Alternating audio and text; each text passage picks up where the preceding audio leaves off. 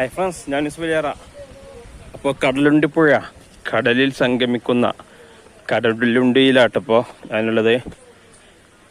ഇതുണ്ടല്ലേ, ഈ കാണുന്നത് കടലുണ്ടി പുഴയാണ്. അതേസമയം ദൈപ്പുറം കടലാട്ട. അപ്പം ഇങ്ങനെ ചേരക്കൊമ്പൻ മലകളിൽ നിന്നും ഉത്ഭവിച്ച് കടലുണ്ടി പുഴ മലപ്പുറം ജില്ലയെ കീറിമുറിച്ച് അവസാനം എത്തപ്പെടുന്നത് ഈ ഒരു ഏരിയയിലാണ്. ഇതാണ് കടലുണ്ടി കാണുന്നത്. ഇതാണ് കടലുണ്ടി പക്ഷിസങ്കേതം സ്ഥിതി ചെയ്യുന്ന സ്ഥലമാണ്. കമ്മ്യൂണിറ്റി റിസർവാണ്. ഏകദേശം 100-ലേറെ പക്ഷികളെ ഈ ഒരു ഏരിയയിൽ കാണാൻ കഴിയും. ഇപ്പോൾ സീസൺ അല്ലാത്തതുകൊണ്ട് പക്ഷികളെ കുറവാണ് എന്നാണ് പറഞ്ഞത്. സീസണിലാണ് കൂടുതലായിട്ട് പക്ഷികളെ കാണുക.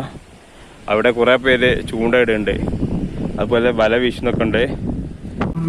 അങ്ങനെ കടലുണ്ടി പുഴയിലൂടെ ഇങ്ങനെ നടക്കണേ. എന്നല്ലേ, കുറേ ആളുകളെ അവിടെ വല വീശുന്നുണ്ട് കേട്ടാ. ഇവിടെ ഇങ്ങനെ ഒഴിഞ്ഞ ഏരിയയാണ്. അതിൻ്റെ അടിയിലാണ് ഇങ്ങനെ വെള്ളമുള്ളത്. ഇതിപ്പോൾ എവിടെ നിന്ന് വരണ്ടേ? അവിടെ നിന്നാട്ടാ. ഇവിടെ നിന്നിട്ട് നിരന്ന് നിൽക്കണേ.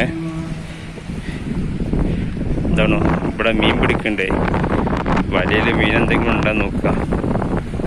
വെയിറ്റ് ചെയ്യാൻ പഠിച്ചു കൊണ്ടിട്ടുണ്ട്. എന്താ കൂട്ടാ, വല്ല മീനും ഉണ്ടാന്നേ നോക്കുക. ഇല്ല. ആ ഉണ്ട്. മാല ഉണ്ട്,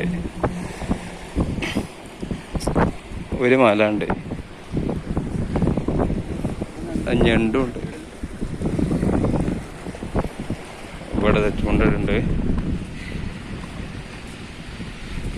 അവിടെയൊക്കെ വല വീശുന്നുണ്ട് കേട്ടാ.